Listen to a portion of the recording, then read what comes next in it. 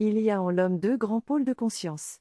Le centre psychique, dont le cerveau est la matrice fonctionnelle en situation d'incarnation, et le centre cardiaque, dont le plexus émotionnel, mais nous dirons ici le cœur émotionnel, est la matrice fonctionnelle en situation d'incarnation. Considérons d'abord les choses du seul point de vue de l'esprit immortel. Comment les choses se présentent-elles ? L'esprit immortel est naturellement polarisé dans le centre psychique, c'est le siège pour ainsi dire de la volonté et de l'intelligence, et c'est avec la volonté et l'intelligence qu'il faut interagir avec la vastitude du réel et tout son contenu. Par nature, la sérénité est la qualité de base du centre psychique. Et par conséquent la qualité naturelle de l'esprit immortel, dans sa situation vis-à-vis de lui-même et dans sa relation avec le réel. L'esprit immortel envisage ses interactions avec le réel, dans un état psychique qui est toujours serein. Et c'est depuis cette sérénité que l'esprit percevra et agira, étudiera et comprendra, organisera et opérera. C'est-à-dire que c'est depuis cette sérénité que l'esprit usera de sa capacité de volonté et de sa capacité d'intelligence dans ses interactions et dans ses actions au sein du réel. L'esprit planifie et organise, l'esprit construit et détruit, l'esprit invente et innove, l'esprit reproduit et améliore. L'esprit gère et utilise. Il est capable de désir et de plaisir, bien que le désir et le plaisir dont il s'agit, soient d'une nature radicalement différente et supérieure aux affects émotionnels que ces mots laissent entendre. L'esprit fait tout cela en maniant sa capacité de volonté et sa capacité d'intelligence, et toutes ces autres capacités procèdent de la volonté et de l'intelligence, et sont des modalités ou des prolongements de la volonté et de l'intelligence. L'esprit immortel est naturellement polarisé dans son centre psychique, mais dire les choses ainsi c'est mal les dire. Le centre psychique, c'est la centrale fonctionnelle de l'esprit. C'est l'unité centrale dont le fait substantiel est véritablement l'esprit lui-même.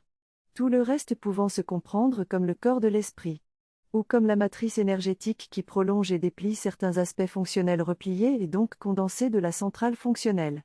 Donc, c'est une formulation erronée que de dire que l'esprit est polarisé dans le centre psychique, parce qu'en réalité, littéralement, l'esprit immortel c'est le soleil psychique lui-même, soleil autour duquel se développe une matrice énergétique qui en prolonge et qui en explicite certains aspects condensés. Mais retenons quand même l'expression approximative, l'esprit immortel est naturellement polarisé dans le centre psychique.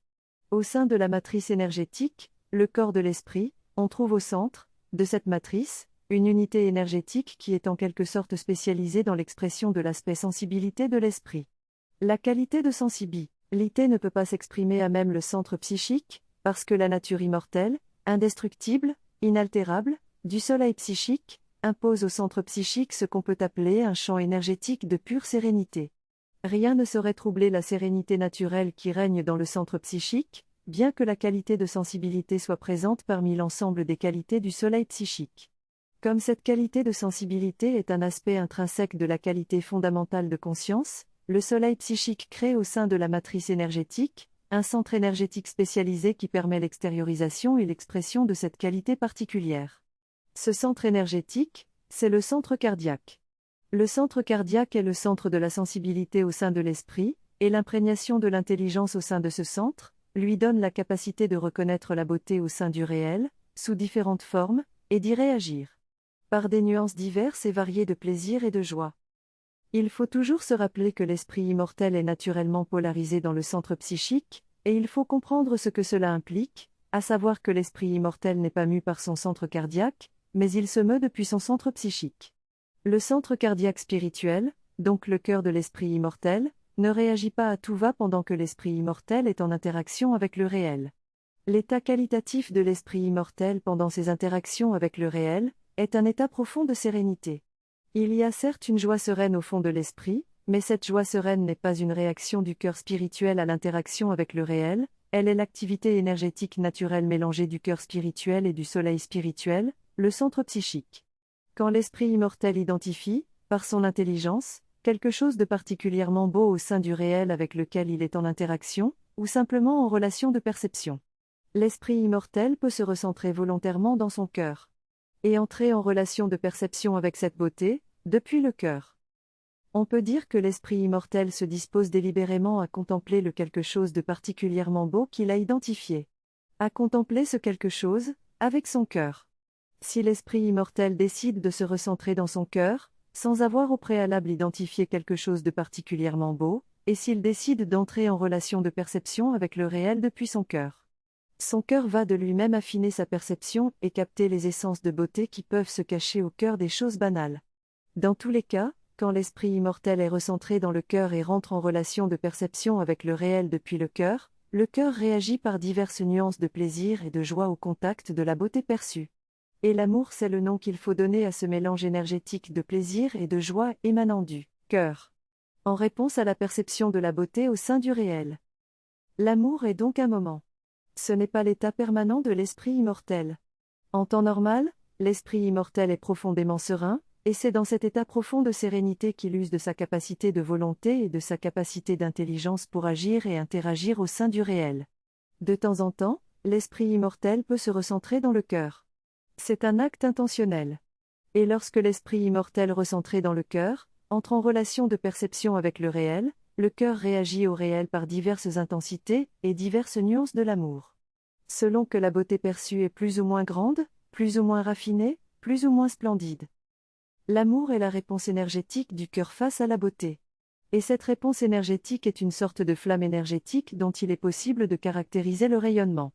Si cet amour devait être exprimé de quelque manière, ou si l'on devait exprimer la beauté perçue par le cœur en état d'amour. Cette expression, peu importe la forme, serait elle-même quelque chose de beau. Par exemple, l'amour, ou le réel perçu dans l'amour, donne naturellement de belles musiques s'il inspire la musique, de belles poésies s'il inspire la poésie, de belles peintures s'il inspire la peinture. Il faut comprendre techniquement ce qu'est l'amour. L'esprit immortel recentré dans le cœur perçoit le réel. Et les qualités intrinsèques du cœur font que seuls les aspects de beauté sont pris en compte dans cette perception du réel. Et c'est de l'information lumineuse. Cette information lumineuse est donc captée par le cœur, traitée par le cœur, travaillée par le cœur pour générer la flamme énergétique de l'amour dans le cœur. Les vibrations qui émanent de cette flamme du cœur sont elles-mêmes chargées de l'information de la beauté. Et donc toute traduction de ces vibrations en diverses formes d'expression donnera quelque chose de beau. Si on voit les choses du point de vue de la relation entre deux entités, plus le comportement sera inspiré des vibrations de l'amour, plus il exprimera de belles qualités, de la délicatesse, de la tendresse, de la douceur, de la finesse, de la simplicité, de l'enjouement, de la prévenance, du respect. Beaucoup de respect. Pour que la relation soit vraiment belle, il faut nécessairement que chacune des deux entités soit vraiment capable d'amour, et d'un amour pur. Au niveau des esprits immortels qui vivent à même leur nature, la capacité d'amour pur est parfaite, c'est-à-dire la capacité d'aimer d'un amour pur. Quand un esprit immortel n'est pas volontairement recentré dans le cœur, il est dans un état profond de sérénité, de fête, de joie sereine, et il use de sa volonté et de son intelligence.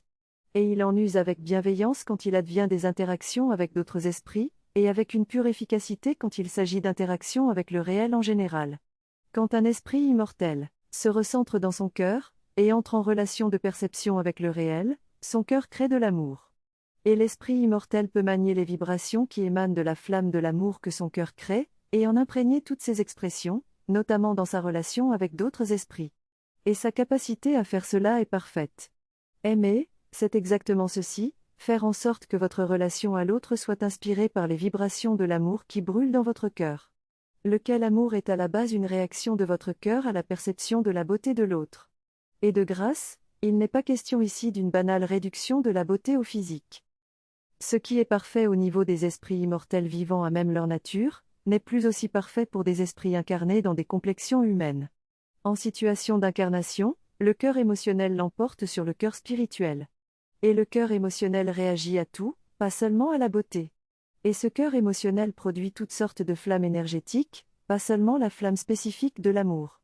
Le cœur émotionnel de l'être humain peut produire de l'amour, mais la plupart du temps cet amour n'est jamais pur, il est intermittent et vacillant, et il est facilement et régulièrement oblitéré par d'autres sentiments. Bien loin de l'amour, de la haine, de l'aversion, de l'animosité, de la détestation, de la méfiance, de la défiance, de la suspicion, de la jalousie, de la rancœur, de l'aigreur. Cela signifie que si vous aimez une personne, la beauté que vous percevez chez cette personne ayant donc suscité de l'amour dans votre cœur émotionnel. Vous pourriez vous retrouver en train d'en vouloir profondément à cette personne quelque temps plus tard. Parce que dans le flot de vos interactions, votre cœur émotionnel aura généré davantage d'autres sentiments, qu'il n'aura généré de l'amour. jusqu'à ce que l'amour rapetisse de beaucoup, voire disparaisse complètement à un moment donné. Le cœur émotionnel réagit à tout. Et au sein de l'incarnation, peu de gens sont réellement capables d'exprimer de la beauté de manière prépondérante au sein de leur vie. Il est normal que l'amour soit fragile dans le cœur émotionnel des êtres humains. La personne qui veut vivre avec son cœur, c'est-à-dire qui veut privilégier son cœur comme centre depuis lequel il conduit ses interactions avec le contexte de l'incarnation, est une personne qui souffre nécessairement. Et la plupart des êtres humains souffrent en effet dans leur vie, sauvés de la dépression par la capacité de leur instance instinctive à créer des plaisirs avec des interactions simples. Et pouvant se fabriquer un bonheur bien fragile toujours en misant sur la capacité au plaisir de leur instance instinctive. Ce point doit être bien compris, le cœur émotionnel seul, génère bien plus de souffrance que d'amour au sein de l'incarnation. Notamment parce que produire de la beauté est chose très difficile en incarnation pour l'être humain ordinaire. Mais l'instance instinctive possède une grande capacité à générer des plaisirs. Et c'est grâce à cela que des êtres humains peuvent quand même réussir à se fabriquer un petit bonheur au sein de leur incarnation, sans jamais être réellement capables d'un amour pur. Chez l'être humain ordinaire, la gravité magnétique du cœur émotionnel est si forte, que la conscience de l'être humain ordinaire est naturellement polarisée dans l'émotionnel.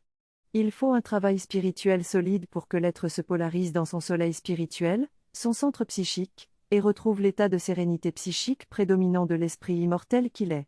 L'homme émotionnel, c'est l'être humain ordinaire dont la conscience est polarisée dans l'émotionnel, tandis que l'homme de volonté, c'est le pratiquant spirituel qui est en train de recentrer durablement sa conscience dans son soleil spirituel. Et il faudra une grande force de volonté, pour que l'être humain soit capable de raffermir son cœur émotionnel profondément, et de guérir son cœur émotionnel de la tendance à réagir follement à tout. Si le cœur émotionnel demeure indifférent à ce qui n'est pas expression de la beauté, et s'il reste pleinement sensible à toute expression de la beauté, il est alors à l'image du cœur spirituel. Et l'amour sera le seul sentiment qui vibrera en son sein. La vérité est que seul ce sentiment est vraiment nécessaire, le reste peut être géré avec sérénité par la volonté et l'intelligence. Mais dans le cœur, seul l'amour devrait suffire, nul besoin d'autres sentiments dans le champ intérieur du cœur. Aimer ce qui est digne d'être aimé. Se détacher. Donc cesser de réagir. Se détacher de toute forme de laideur, mais garder intacte la capacité de réagir à toute forme de beauté. Et laisser l'intelligence aiguisée aider à identifier correctement la beauté et la distinguer de la laideur.